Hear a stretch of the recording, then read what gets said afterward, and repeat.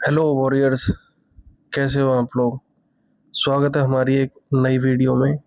आज UP GK की part two है। पार्ट टू की इस वीडियो में आपका स्वागत है। और आपने पहली वीडियो देखी होगी, उसमें जो भी कंटेंट आपको बढ़िया लगा, जो भी चीज़ें आपको अच्छी लगी आपने बताई, और उन चीज़ों पे भी हम ठीक करेंगे, उन चीज़ों में भी सुधार करेंगे। जैसे कि आपने बताया कि वॉइस क्लियर नहीं आ रही थी, तो हमने उस पे भी सुधार किया कि वॉइस अब आपको ठीक मिले। ठीक है। उसके बाद जो भी, अगर जैसे आपको जो भी कंटेंट मिलता है, जिस चीज़ की भी कमी लगती है, तो आप कमेंट करके बता सकते हो, कमेंट कर सकते हो, जिससे हमें पता चल जाएगा कि अच्छा लोगों को चीज़ें समझ में आ रही है, तुम्हें नहीं आ रही, या फिर जो भी चीज़ें होंगी उन चीज़ों पे हम ध्यान देंगे। तो ये काम आप कर दिया करो, एक तो कमेंट कर दिया करो कि हाँ सेशन आपको ठीक लग रहा है, कैसा लग रहा है। तो अब शुरू करते हैं हमारी इस नई क्लास को। और साथ में आप अपने नोट्स बनाते रहिए, कि जैसे अगर आप अपने खुद के हैंड रिटन नोट्स बनाओगे तो ज़्यादा सही रहेगा। अभी हमने कल जो भी चीज़ें पढ़ी, उसके बाद आज की बात करते हैं हम उत्तर प्रदेश की सीमाओं के बारे में। उत्तर प्रदेश की सीमाओं के बारे में बात करते हैं। ठीक है। उत्तर यूपी की सीमाएं, उत्तर प्रदेश का सीमा विभाजन,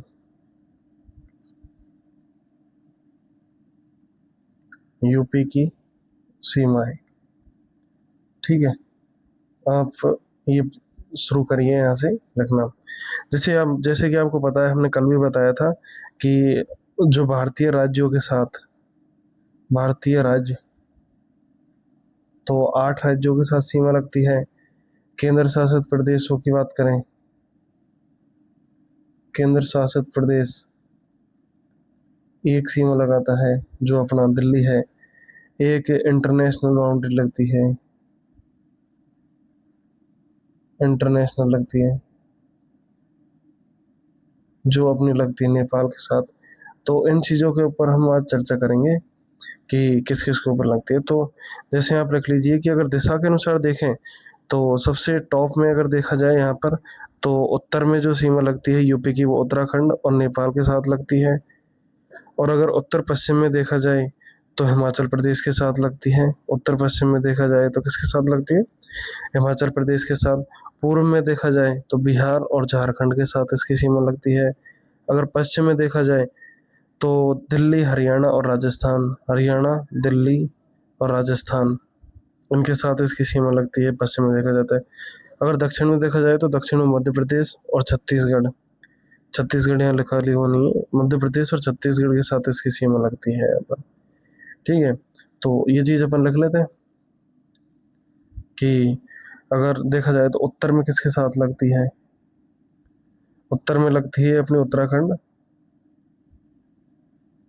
उत्तराखंड व नेपाल, इसके साथ सीमा लगती है। और अगर देखा जाए उत्तर पश्चिम में हिमाचल प्रदेश, उत्तर पश्चिम में हिमाचल, हिमाचल प्रदेश के साथ। और उसके बाद देखा जाए तो पूर्व में, पूर्व में किसके साथ लगती है, बिहार और झारखंड, बिहार व झारखंड के साथ। ठीक है। उसके बाद पश्चिम में किसके साथ लगती है, पश्चिम में लगती है अपना हरियाणा, दिल्ली और राजस्थान, हरियाणा, दिल्ली व राजस्थान। और दक्षिण में लगती है मध्य प्रदेश और छत्तीसगढ़, दक्षिण में लगती है एमपी व छत्तीसगढ़। ठीक है। यहाँ तक की बातें हुई। ये आप थोड़ा सा लिख लेना, क्योंकि थोड़ा सा इम्पोर्टेंट हो ही जाती है, यहाँ से पूछा जा क्वेश्चन बन सकता है, इम्पोर्टेंट है ये, तो आप लिख लेना। ठीक है। उसके बाद अपन बात करते हैं कि जैसे मध्य प्रदेश का क्या है। ठीक है। अब यहाँ से आप हेडिंग डाल कर लिखिए कि मध्य प्रदेश, मध्य प्रदेश के साथ सबसे लंबी सीमा लगती है, मध्य प्रदेश की बात करें तो हम मध्य प्रदेश के साथ सबसे लंबी सीमा।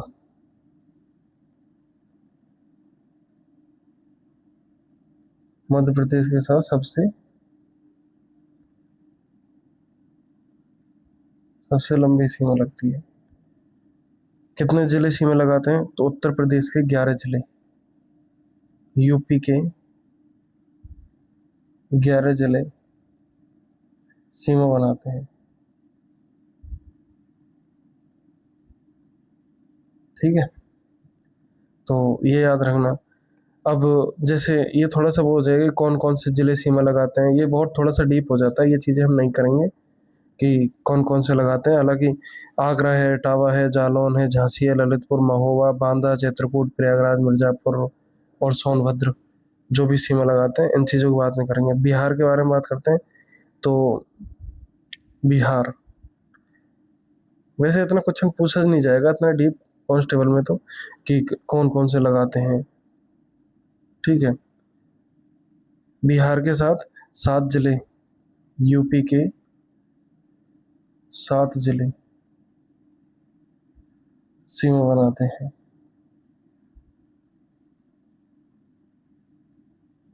ठीक है, यहाँ की बात हुई। कौन कौन से हैं जो लगाते हैं? सोनभद्र है, चंदौली है, गाजीपुर है, बलिया है, देवरिया है, कुशीनगर है, महाराजगंज है। तो यहाँ से आप देख सकते हो कौन कौन से लगा रहे हैं। चंदौली है, गाजीपुर, बलिया, देवरिया, कुशीनगर, महाराजगंज। महाराजगंज की भी सीमा लगती है ना, सबसे कम महाराजगंज की सीमा लगती है। याद रखो, महाराजगंज, कुशीनगर, देवरिया, बलिया, गाजीपुर, चंदौली, ये सीमा लगाते हैं। सबसे ज़्यादा जो सीमा लगती है वो आई थिंक चंदौली की लगती होगी। उसके बाद बात करते हैं कि अंतर्राष्ट्रीय सीमा। अंतर्राष्ट्रीय सीमा किसके साथ लगती है? 8 राज्यों के साथ लगती है, लेकिन राज्यों की बात कर लेते हैं अपन पहले। तो राज्यों में उत्तराखंड के साथ लगती है।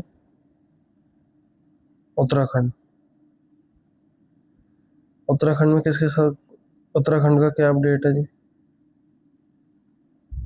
तो उत्तराखंड में है कि उत्तराखंड का पहले तो जो गठन हुआ था ना, उत्तराखंड का जो गठन हुआ था वो 9 नवंबर 2000 को हुआ था। 9 नवंबर 2000 को हुआ था। जो उत्तर प्रदेश के 7 जिले सीमा लगाते हैं, यूपी के 7 जिले सीमा बनाते हैं। ठीक है, यहाँ की बात हो गई।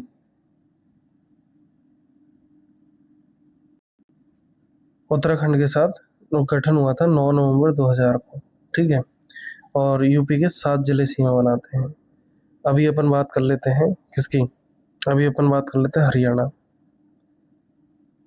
हरियाणा, ठीक है, हरियाणा के साथ यूपी के कितने जिले सीमा लगाते हैं? ये डायरेक्ट क्वेश्चन यहीं से ऐसे पूछा जाएगा कि आपको कौन से राज्य के साथ उत्तर प्रदेश के कितने जिले सीमा लगाते हैं। तो मैं वही चीज़ आपको बता रहा हूँ जो चीज़ इम्पोर्टेंट है। तो यूपी के 6 जिले सीमा साझा करते हैं।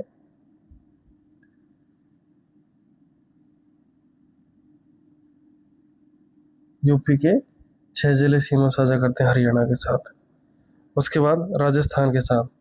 अब जैसे जिनके जिले कम होते हैं ना, तो वो थोड़ा सा ज़्यादा इम्पोर्टेंट हो जाता है। जैसे राजस्थान के साथ, तो राजस्थान के साथ कितने जिले सीमा लगाते हैं? तो राजस्थान के साथ अपने 2 जिले। कौन कौन से? अब जैसे यहाँ पर 2 हैं, तो ये पूछा जा सकता है कौन से जिले लगाते हैं? आगरा व मथुरा। अब लेकिन 6 हैं और उनमें से क्वेश्चन ज़्यादा फिर ज़्यादा टफ हो जाता है, वहाँ से क्वेश्चन बनने की संभावना कम रहती है। राजस्थान के साथ 6 जिले सीमा लगाते हैं। ठीक है, 2 जिले लगाते हैं राजस्थान के साथ। उसके बाद झारखंड। झारखंड के साथ कितने जिले सीमा लगाते हैं? तो झारखंड की बात कर लेते हैं। झारखंड में यूपी का 1 जिला, यूपी का 1 जिला।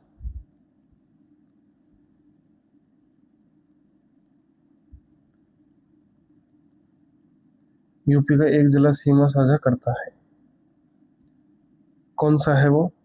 सोनभद्र।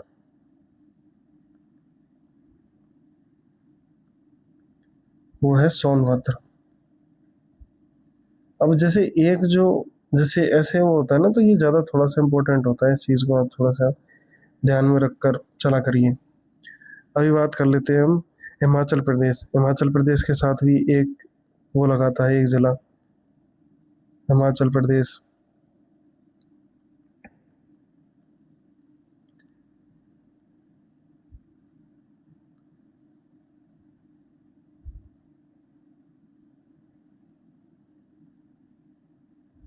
हिमाचल प्रदेश के साथ एक जिला सीमा लगाता है, कौन सा है वो? तो सहारनपुर। हिमाचल प्रदेश के साथ एक जिला सीमा लगाता है, वो है सहारनपुर। उसके बाद छत्तीसगढ़। छत्तीसगढ़, छत्तीसगढ़ के साथ कितने जिले सीमा लगाते हैं? तो छत्तीसगढ़ के साथ भी एक जिला सीमा लगाता है। छत्तीसगढ़ के साथ भी एक जिला सीमा साझा करता है, वो है कौन सा? सोनभद्र। झारखंड और छत्तीसगढ़, इस पे ऊपर मैं एक सवाल बताऊंगा आपको कि कैसा सवाल बन सकता है, एक बार लिख लीजिए। एक जिला सीमा लगाता है सोनभद्र। क्वेश्चन ऐसे बनता है कि जैसे निम्न में से क्वेश्चन आपका बनता है कि निम्न में से कौन सा जिला कौन किन्हीं दो राज्यों के साथ सीमा लगाता है, तो उसमें ऑप्शन दे देगा सोनभद्र या सहारनपुर। तो ऐसे इस तरह के क्वेश्चन यहाँ से बनते हैं, तो आपको ये चीज़ें थोड़ी सी ज़्यादा ध्यान रखने की ज़रूरत है। चलो फिर आगे करते हैं कि हमने झारखंड लिख लिया, छत्तीसगढ़ लिख लिया, हिमाचल प्रदेश लिख लिया, छत्तीसगढ़। उसके बाद बात आ जाती है अपनी एक यूटी की, जो केंद्र शासित प्रदेश है अपना, उसकी सीमा किसके साथ लगती है? तो केंद्र शासित प्रदेश दिल्ली।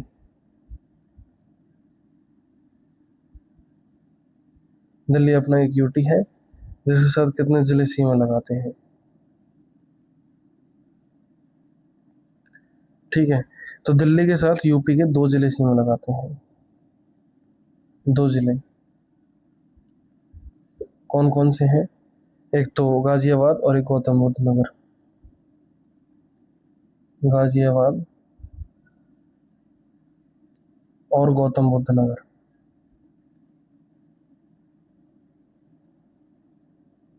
ये पूछा जा सकता है, तो आप ऐसे जिले, इनकी चीज़ों का थोड़ा सा ध्यान रखा करिए। उसके बाद अपने केंद्र शासित प्रदेश देख लिया, राज्य देख लिए। उसके बाद एक अंतर्राष्ट्रीय सीमा लगती है नेपाल के साथ। नेपाल के साथ इंटरनेशनल बाउंड्री।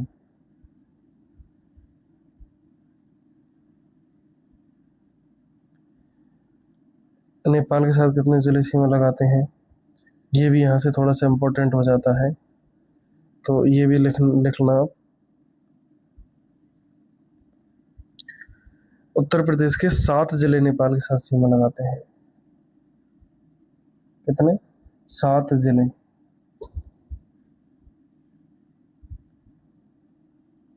सीमा साझा करते हैं।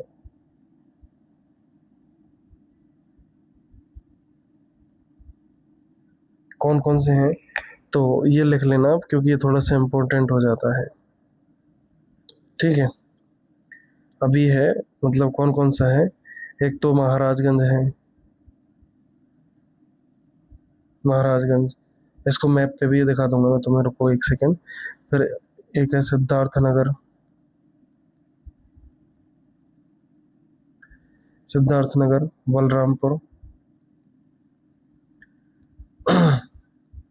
बलरामपुर, श्रावस्ती,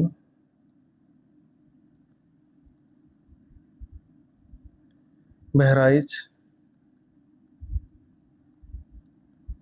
लखीमपुर खीरी, पीलीभीत। लखीमपुर खीरी, खीरी और पीलीभीत। ठीक है, 7 जिले सीमा लगाते हैं। 7 जिले इसके साथ सीमा लगाते हैं, महाराजगंज, सिद्धार्थनगर, बलरामपुर, श्रावस्ती, बहराइच, लखीमपुर खीरी और पीलीभीत।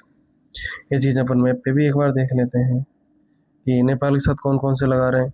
तो एक तो पीलीभीत, लखीमपुर खीरी, बहराइच, श्रावस्ती, बलरामपुर, सिद्धार्थनगर, महाराजगंज। कितने हो गए? 1 2 3 4 5 6 7। कौन से हैं याद करो? महाराजगंज, सिद्धार्थनगर, बलरामपुर, श्रावस्ती, बहराइच, लखीमपुर खीरी और पीलीभीत। 7 जिले सीमा लगाते हैं। ठीक है, यहाँ तक की बातें आपको क्लियर हुई होगी।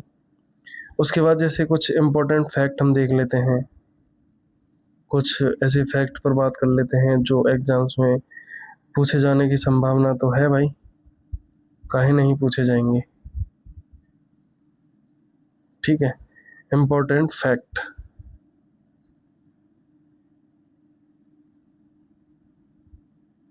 Important facts. तो चलिए फिर शुरू करते हैं। लिखो कि उत्तर प्रदेश का सबसे पूर्वी जिला, शॉर्ट में लिखते हैं, ज़्यादा आप वो मत करना कि सबसे पूर्वी जिला कौन सा है। सबसे पूर्वी जिला बताओ, बलिया, उत्तर प्रदेश। और सबसे पश्चिमी जिला शामली, पश्चिमी जिला शामली। और सबसे उत्तरी जिला सहारनपुर,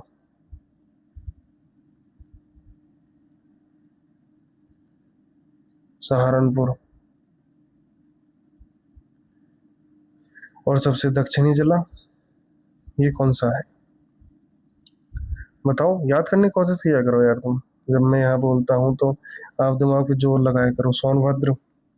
उसके बाद बात करते हैं कि क्षेत्रफल की दृष्टि से सबसे बड़ा जिला, क्षेत्रफल की दृष्टि से सबसे बड़ा जिला, सबसे बड़ा जिला कौन सा है बताओ। क्षेत्रफल की दृष्टि से सबसे बड़ा जिला है लखीमपुर खीरी, लखीमपुर खीरी। कितना क्षेत्रफल है इसका ये भी तो पता होना चाहिए ना। तो 7680 वर्ग किलोमीटर, तो मतलब किलोमीटर स्क्वायर। 7680, गलत लिख दिया क्या? 7680 वर्ग किलोमीटर मतलब किलोमीटर स्क्वायर। और अभी हम बात करते हैं कि क्षेत्रफल की दृष्टि से सबसे छोटा जिला कौन सा है। तो क्षेत्रफल की दृष्टि से सबसे छोटा जिला,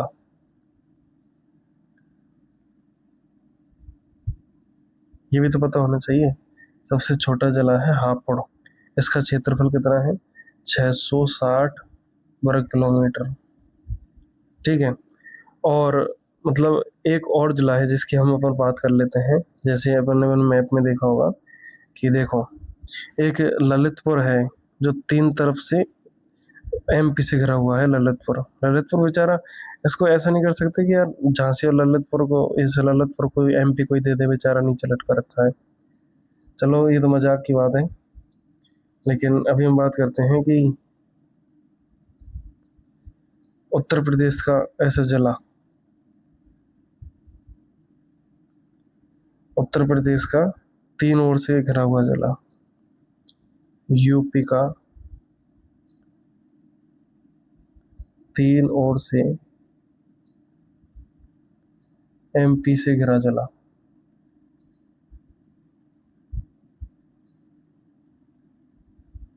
क्या नाम है बताओ। मध्य प्रदेश से घिरा है, ललितपुर। तो आप भी ऐसे शॉर्ट नोट्स बनाते रहिए अपने साथ साथ। अब कुछ ऐसे उनके बात कर लेते हैं कि जैसे कुछ जिले हैं ऐसे अपने, जैसे सोनभद्र है। ठीक है, सोनभद्र अपना एक जिला है। सोनभद्र, सोनभद्र की क्या खास बात है भाई इसकी? तो सोनभद्र की खास बात है कि ये चार राज्यों से घिरा हुआ है, चार राज्यों से घिरा है। ठीक है, कौन कौन से हैं वो चार राज्य? वो चार राज्य अपने बिहार, बिहार, झारखंड, छत्तीसगढ़ और मध्य प्रदेश।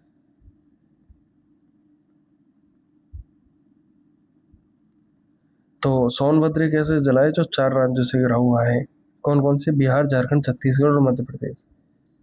उसके बाद बात करते हैं कि एक सहारनपुर, सहारनपुर की क्या खास बात है? सहारनपुर सही लिखा है क्या, सहारनपुर? तो सहारनपुर की खास बात है अपनी कि ये तीन तीन राज्यों से घिरा है। तीन राज्यों से घिरा है। कौन कौन से हैं वो तीन राज्य, वो भी अब हम देख लेते हैं। एक तो हरियाणा है अपना, ऐसे दिमाग में मैप रहना चाहिए अपना। एक हरियाणा है, एक हिमाचल प्रदेश है, और कौन सा है बताओ? एक उत्तराखंड है। एमपी? एमपी सोच रहे थे ना अभी तुम? उत्तराखंड है सहारनपुर। अब एक और बात कर लेते हैं कि जैसे अपना यूपी का जस्ट टच होता है केंद्र शासित प्रदेश अपना दिल्ली। जैसे दिल्ली अपना एक केंद्र शासित प्रदेश है जो उत्तर प्रदेश से सीमा लगाता है। उत्तर प्रदेश में एक है यू दिल्ली में राष्ट्रीय राजधानी क्षेत्र, जिसे हम कहते हैं एनसीआर, राष्ट्रीय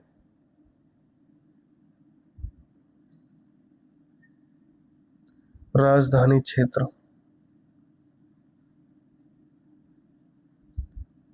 ठीक है, राष्ट्रीय राजधानी क्षेत्र एनसीआर। इसके बारे में क्या है जी? इसके बारे में ऐसी कौन सी बात है, तो वो अपन देख लेते हैं कि इसके बारे में खास बात है थोड़ी सी कि मतलब अपने कितने शहर शामिल है उत्तर प्रदेश के। तो उत्तर प्रदेश के 8 जिले शामिल है। यूपी के 8 शहर या जिले एनसीआर में शामिल है।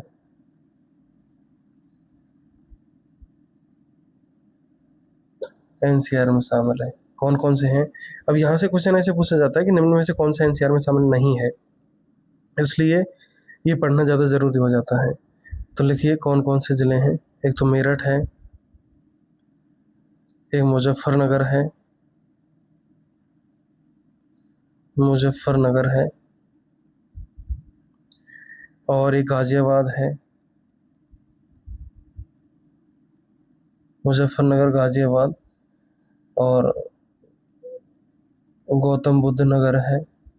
शॉर्ट में लिख दिया मैंने गौतम बुद्ध नगर। एक बुलंदशहर है,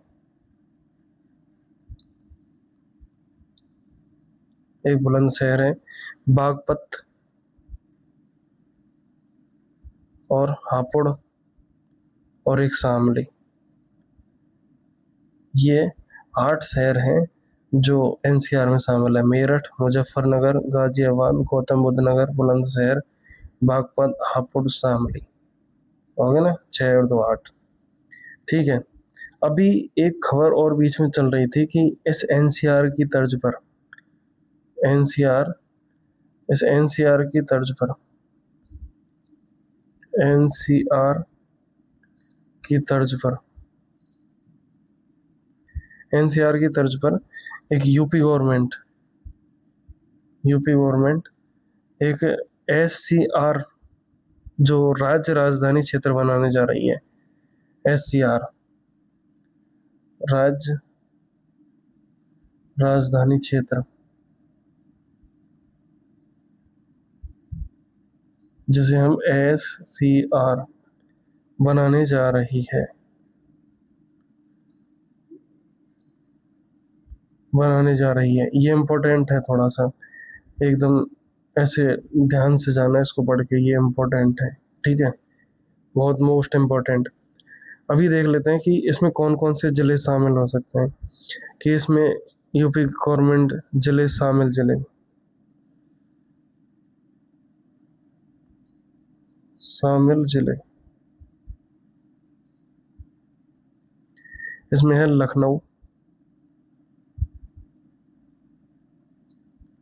हरदोई,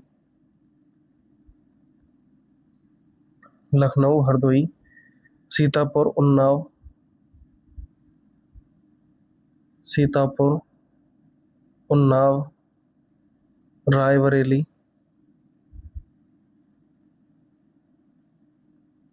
बाराबंकी। ठीक है, कौन कौन से हैं?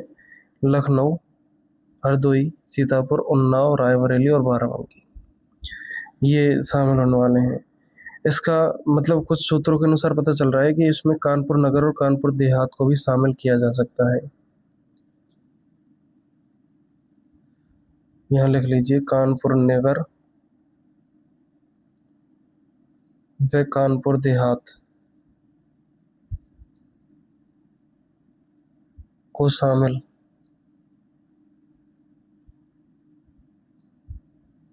किया जा सकता है। ठीक है। और फिर इसका मतलब बेसिकली इसका क्षेत्रफल क्या होने वाला है, या फिर इसको जो डेवलपमेंट अथॉरिटी कौन होगा इसका, वो भी हम बात कर लेते हैं कि ये थोड़ा सा पूरा ही हाईलाइट कर लेना है तुम्हें, बहुत इंपॉर्टेंट है ये थोड़ा सा।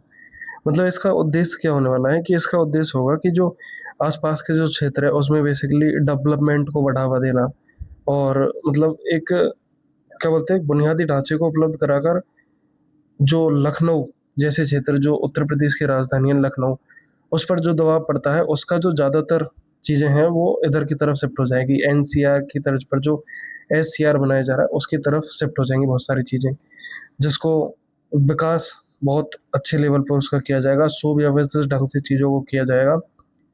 बहुत सारे यहाँ पर जो भी मुख्यालय हैं वो यहाँ पर शिफ्ट करे जा सकते हैं। ये इसके उद्देश्य रहने वाले हैं। इसके बारे में अपन एक और बात करते हैं कि मतलब इसका क्षेत्रफल कितना रहने वाला है। क्षेत्रफल क्षेत्रफल रहेगा इसका 27,826 27,826 किलोमीटर स्क्वायर लगभग। ये लगभग है, अब ऐसे प्रॉपर नहीं है, बढ़ घट जा सकता है क्योंकि कानपुर नगर और कानपुर देहात को भी शामिल किया जाएगा तो बढ़ जाएगा। ये लगभग है।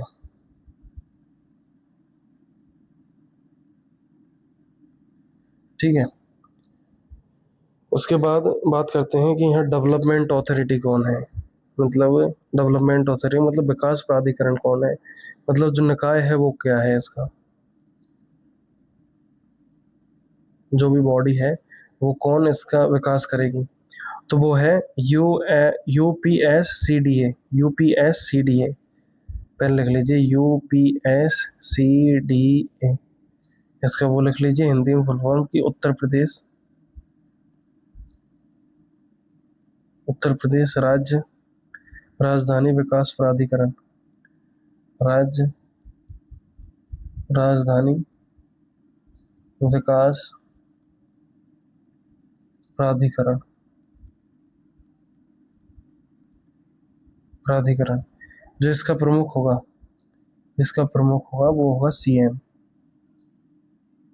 प्रमुख होंगे इसके सीएम। ठीक है। यहाँ तक की बातें हैं, और ये जैसे कि मॉडल पर आधारित है, दिल्ली के एनसीआर की तर्ज पर बनाया जा रहा है। यहाँ तक की बातें आपको क्लियर हुई होंगी। उसके बाद अपन कुछ जनगणना के आंकड़े देख लेते हैं, जो भी जनगणना के क्या आंकड़े रहे हैं। 2011 की जनगणना, यूपी की 2011 की जनगणना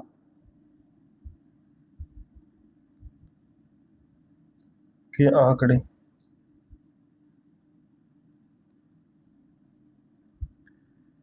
ठीक है। क्या कहाँ पर यूपी की किस जिले में कितनी जनसंख्या रही है, वो सब चीज़ों के बारे में बात करते हैं अभी हम।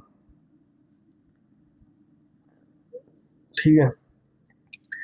उसके बाद करते हैं कि सर्वाधिक जो वृद्धि है वो कितनी रही है, मतलब यहाँ पर जनसंख्या घनत्व कितना है। भारत का तो है 382 प्रति वर्ग किलोमीटर, बल्कि यूपी का है 829 प्रति वर्ग किलोमीटर। लिंगानुपात की बात करते हैं तो भारत का लिंगानुपात है 943 और यूपी का है 912 वर्ग किलोमीटर। तो चलो हम दशकीय वृद्धि की बात कर लेते हैं। दशकीय वृद्धि,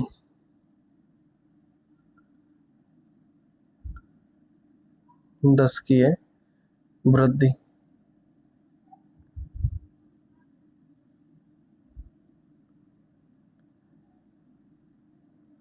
दशकीय वृद्धि कितनी रही है। तो हम मतलब भारत की तो क्या ही बात करें, लेकिन अगर जैसे 10 की वृद्धि की बात करें ना, तो 10 की वृद्धि 2001 से और 11 के बीच की हम चर्चा कर रहे हैं। तो यूपी की रही है 20.33%।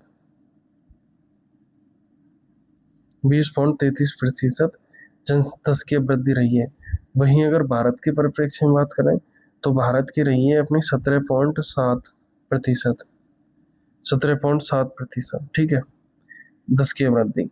लेकिन अपन भारत की बात नहीं कर रहे, अपन यूपी की थोड़ा सा बात करेंगे। शहरीकरण का स्तर बात करेंगे तो 22%। जनसंख्या घनत्व की बात करेंगे, जनसंख्या घनत्व, जनसंख्या घनत्व। तो जनसंख्या घनत्व कितना रहा है? 22.28%। 2011 के अनुसार देख रहे हैं अभी हम। लिंगानुपात,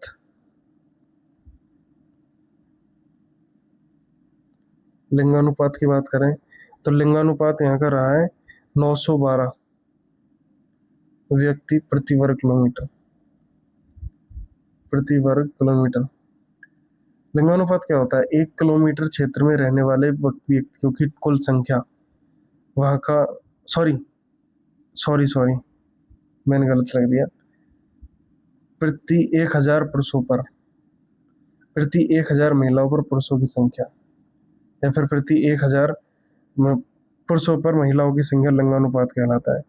बाल लिंगानुपात की बात करते हैं तो 902 है बाल लिंगानुपात, मतलब बाल लिंगानुपात।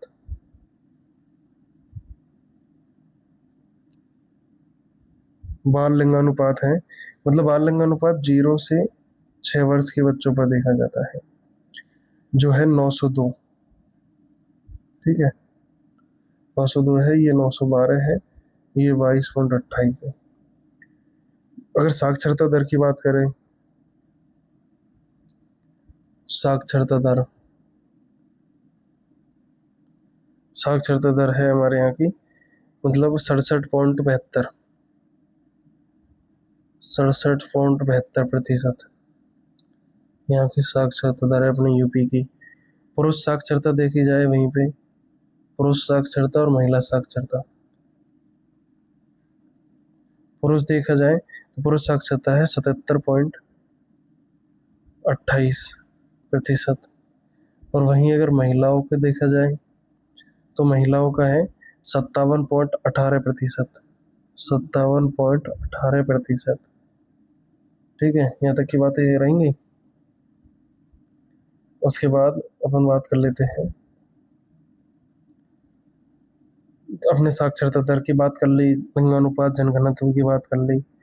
अब हम थोड़े से जिलेवार आंकड़े देख लेते हैं कि सर्वाधिक जनसंख्या वाले कौन कौन से जिले हैं। सर्वाधिक जनसंख्या वाले जिले,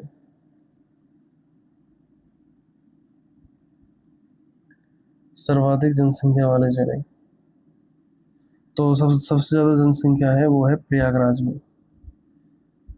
प्रयागराज की जनसंख्या कितनी है? 59,54,391। कितना है? इतनी है ना। हाँ, 59,54,391। और सबसे कम, अगर सबसे ज्यादा देखा जाए तो अपन उसकी बात कर लेते हैं कि एक तो प्रयागराज, टॉप अगर 5 जिले देख, 3 देख लेते हैं, प्रयागराज, मुरादाबाद और गाजियाबाद। मुरादाबाद, गाजियाबाद, ठीक है। और न्यूनतम जनसंख्या, न्यूनतम जनसंख्या वाले जिले,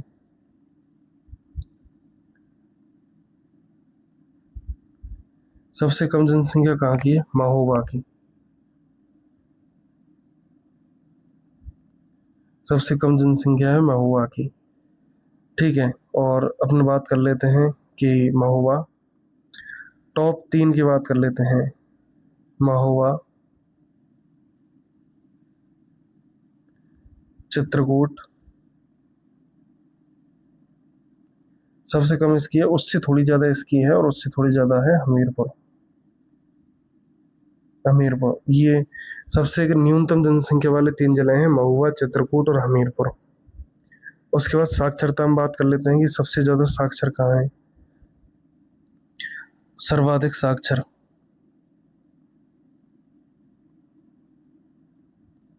सर्वाधिक साक्षरता वाले जिले, सर्वाधिक साक्षर जिला वो कौन सा है? गौतम बुद्ध नगर।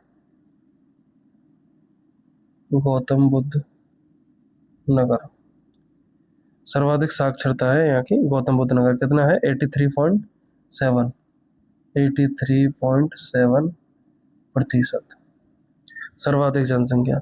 और न्यूनतम है श्रावस्ती की, न्यूनतम साक्षर श्रावस्ती, उसकी कितनी है? 46.74, 46.74%। ये सबसे न्यूनतम साक्षर वाले जिले। जनगणत्व की बात कर ले तो सर्वाधिक जनगणत्व, सर्वाधिक जनघनत्व कहाँ का है? गाजियाबाद। सर्वाधिक जनसंख्या घनत्व गाजियाबाद, सर्वाधिक जनसंख्या घनत्व है गाजियाबाद। कितना है? सर्वाधिक जनसंख्या घनत्व है गाजियाबाद का कितना है? 3,971, 3,971 वर्ग किलोमीटर व्यक्ति प्रति वर्ग किलोमीटर।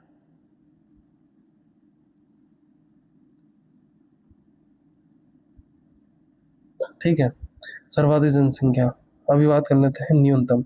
अगर जैसे सर्वाधिक की बात करें तो जैसे गाजियाबाद का सर्वाधिक है, गाजियाबाद सर्वाधिक है सबसे ज्यादा। उससे कम है कहाँ का? उससे कम है वाराणसी और लखनऊ, वाराणसी फिर है लखनऊ। अब आते हैं न्यूनतम जनघनत्व। न्यूनतम जनघनत्व कहाँ का है? गौतम बुद्ध नगर का कितना है? 800। सबसे न्यूनतम जनघनत्व है ललितपुर का, ललितपुर का कितना है? 242 व्यक्ति प्रति वर्ग किलोमीटर, प्रति वर्ग किलोमीटर।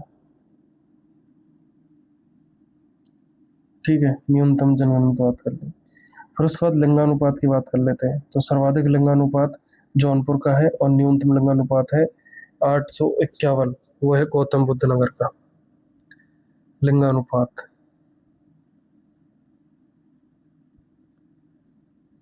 लिंगानुपात की बात करें तो न्यून सर्वाधिक, सर्वाधिक है अपना किसका? लिंगानुपात जौनपुर का 1024, जौनपुर का है 1024।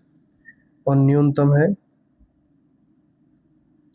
न्यूनतम कहाँ का है? गौतम बुद्ध नगर का 851।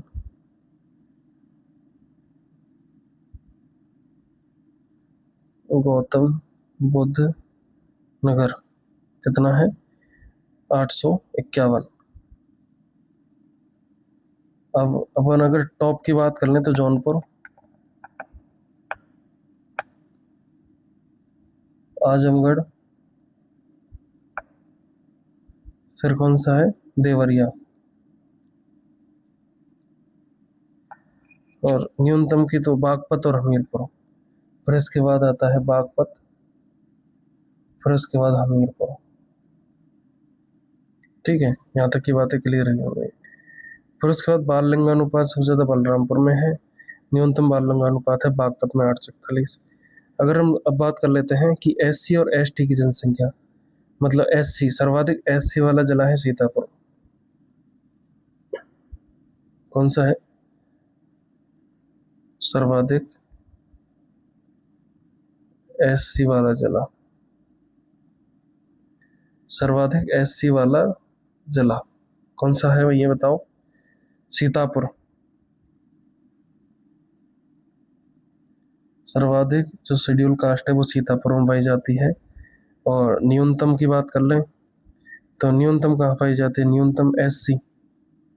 न्यूनतम एससी वाला जिला है बागपत। न्यूनतम एससी वाला जिला है बागपत। अब बात कर लेते हैं एसटी की। सर्वाधिक एसटी जनसंख्या वाला जिला मतलब शेड्यूल ट्राइब। सर्वाधिक एसटी जनसंख्या, सर्वाधिक एसटी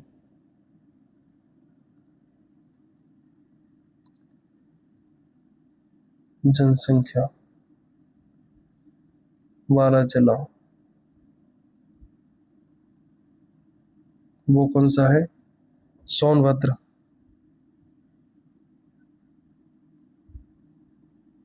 और न्यूनतम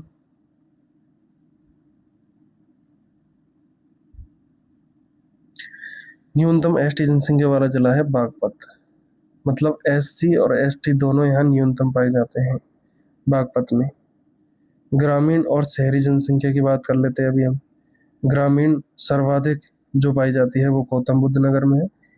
जो सॉरी सर्वाधिक जो शहरी जनसंख्या है वो गाजियाबाद में है। न्यूनतम शहरी जनसंख्या है वो श्रावस्ती में है। ठीक है, न्यूनतम ग्रामीण और शहरी।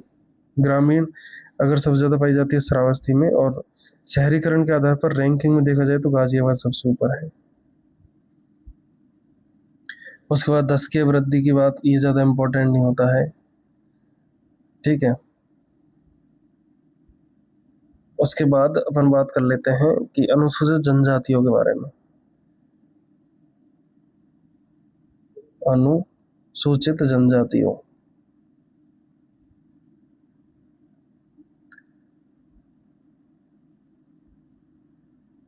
अनुसूचित जनजातियां कहाँ पर कितनी है, क्या है, इनके बारे में अपन बात कर लेते हैं। कि जैसे अपने ना एसटी की जो आबादी है वो कुल आबादी का, यूपी की कुल आबादी का 0.6% है। यूपी की कुल आबादी का 0.6% है। और यूपी की सबसे बड़ी एसटी जो शेड्यूल ट्राइब है, अनुसूचित जनजाति, वो थारू जनजाति यूपी में सबसे बड़ी शेड्यूल ट्राइब वो है थारू, थारू जनजाति। थारू जनजाति के बारे में एक खास बात है कि ये ना दिवाली का जो त्योहार है इसे शोक दिवस के रूप में मनाते हैं। दिवाली को शोक दिवस के रूप में मनाते हैं। ठीक है, यहाँ तक की बातें क्लियर हुई। मतलब जिसमें परिवार के मृत सदस्यों के जो अंतिम संस्कार है ना उसकी रस्में निभाई जाती हैं, अंतिम संस्कार की रस्में।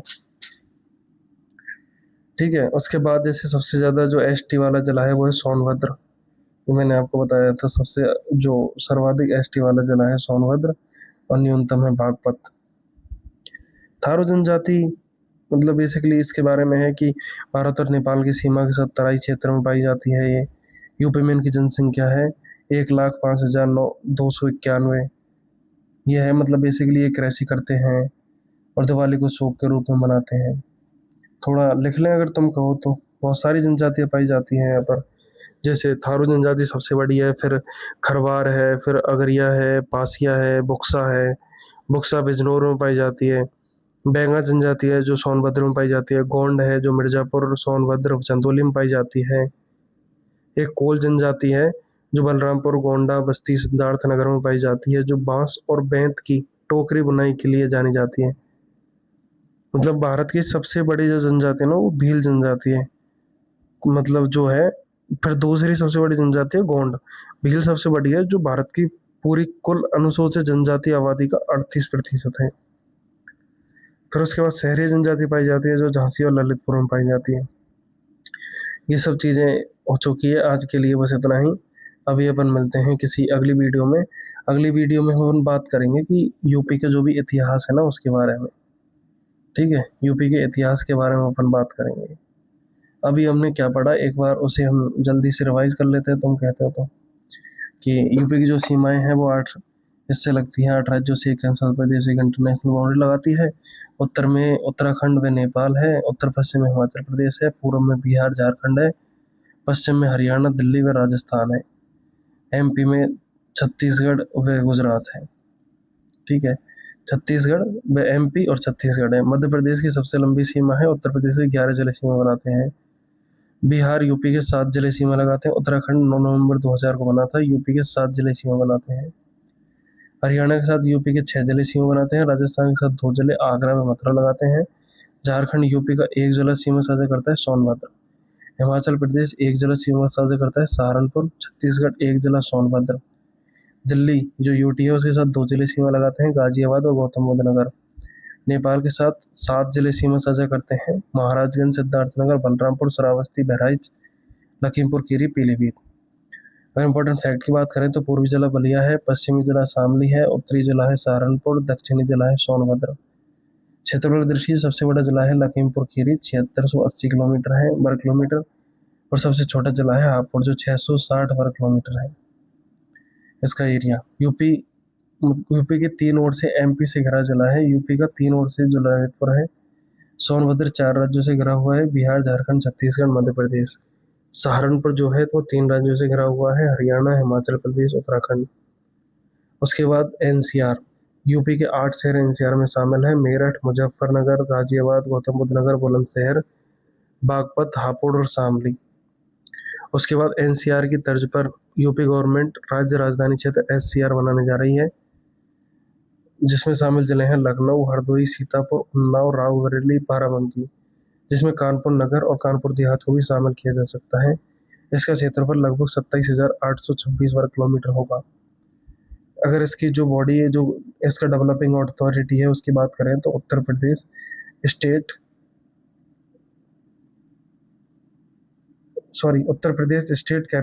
Capital development authority, Uttar Pradesh राज्य राजधानी विकास प्राधिकरण, इसके प्रमुख सीएम होते हैं। यूपी की 2011 की जनगणना के आंकड़े देखें तो 10 की वृद्धि जो 2011 में हुई थी वो यूपी में सबसे ज़्यादा हुई थी, वो है 20.33%। भारत में देखा जाए 17.7%। जनसंख्या घनत्व की बात करें तो यहाँ का जनसंख्या घनत्व 22.28%। लिंगानुपात 912 है, बाल लिंगानुपात 902 है। साक्षरता दर है 67.72, जिसमें पुरुष साक्षरता है 77.28, महिला साक्षरता है 57.18। सर्वाधिक जनसंख्या वाले जिले हैं प्रयागराज, मुरादाबाद, गाजियाबाद। न्यूनतम जनसंख्या वाले जिले हैं महुआ, चित्रकूट, हमीरपुर। सर्वाधिक साक्षर वाला जिला है गौतम बुद्ध नगर, न्यूनतम है श्रावस्ती। सर्वाधिक जनगणना घनत्व है गाजियाबाद, और गाजियाबाद, वाराणसी, लखनऊ। न्यूनतम जनगणना है ललितपुर। लिंगानुपात सर्वाधिक जौनपुर का है, न्यूनतम गौतम बुद्ध नगर का है। उसके बाद सर्वाधिक एससी वाला जिला है सीतापुर, न्यूनतम एससी वाला जिला है बागपत। सर्वाधिक एसटी वाला जिला है सोनभद्र, न्यूनतम है बागपत। अनुसूचित जनजातियां, यूपी की कुल आबादी का 0.6% है जनजातियों का यूपी में सबसे बड़ी एसटी शेड्यूल ट्राइब जो है वो थारू जनजाति है, जो दिवाली को शोक के रूप में मनाती है। यहाँ तक की बातें हो चुकी है। अब अपन अगली वीडियो में मिलते हैं। अब इसके बाद बात करेंगे उत्तर प्रदेश के इतिहास के बारे में। जैसे अपन इतिहास की पृष्ठभूमि देखेंगे, जिसमें पाषाण काल देखेंगे, मध्यकाल और आधुनिक काल की बात करेंगे, जिसमें मुगल काल का उत्तर प्रदेश में क्या क्या प्रभाव रहा है, इन सब चीज़ों के बारे में बात करेंगे। आज इस वीडियो को एक बढ़िया सा कमेंट करके बताना अगर वीडियो अच्छी लगी हो तो। Thank you so much.